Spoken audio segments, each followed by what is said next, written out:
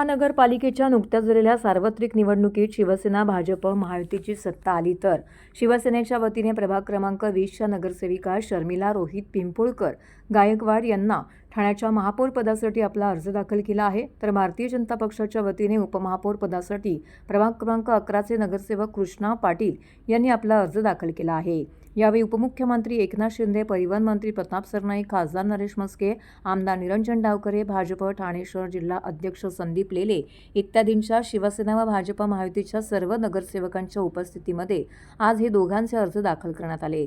यावेळी शिवसेना शिंदे गटाचे गटनेते पवन कदम, भाजप गटनेते मुकेश मोकाशी तसेच सर्व शिवसेना भाजप महायुतीचे नगरसेविका यावेळी मोठ्या संख्येने उपस्थित होते। सदर प्रसंगी खासदार नरेश म्हस्के, भाजप ठाणे शहर जिल्हा अध्यक्ष संदीप लेले, महापौर पदाच्या उमेदवार नगरसेविका शर्मिला रोहित पिंपोळकर, उपमहापौर पदाचे उमेदवार नगरसेवक कृष्णा दादू पाटील यांनी अर्ज दाखल केल्यानंतर प्रसारमाध्यमांशी बोलताना अधिक माहिती दिली आहे। दरम्यान विरोधी पक्षांच्या कोणीही महापौर व उपमहापौर पदासाठी अर्ज दाखल न केल्याने महायुतीच्या उमेदवारांचा विजय निश्चित असून ही निवडणूक बिनविरोध होईल असं चित्र आहे।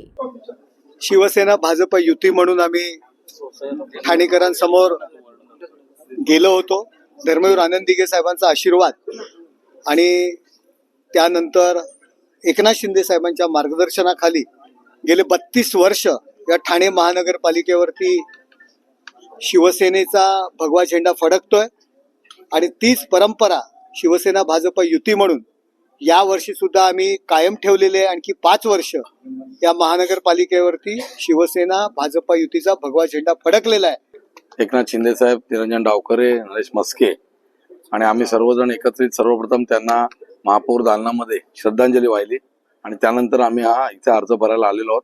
त्यामुळे कुठल्याही प्रकारचा गोंगाट, नारेबाजी न करता शांततामय पद्धतीने प्रशासनाने आणि निवडणूक आयोगाने ठेवलेली प्रक्रिया पूर्ण करावी असा निर्णय झाला आणि शिवसेनेतर्फे महापौर म्हणून शर्मिला पिंपोळकर यांचा अर्ज भरण्यात आला आणि भारतीय जनता पार्टीला उपमहापौर पद हे मिळालेलं आहे आणि त्यानुसार आमचे ज्येष्ठ नगरसेवक कृष्णा दादू पाटील यांचा अर्ज या ठिकाणी भरण्यात आला आहे। महापौर पदाची उमेदवारी पुन्हा एकदा भेटलेली आहे। अभिमान वाटतोय की एका सर्वसामान्य स्त्रीला या सर्व आपल्या नेते मंडळींनी एक पद दिलंय महापौर पदाचं आणि त्याचा मी मान राखेन। काम करण्याची संधी भेटली आहे मोठी ठाणे जिल्ह्यावरती, त्याचं काम करण्याचं, सोनं करण्याचा नक्कीच प्रयत्न करेल।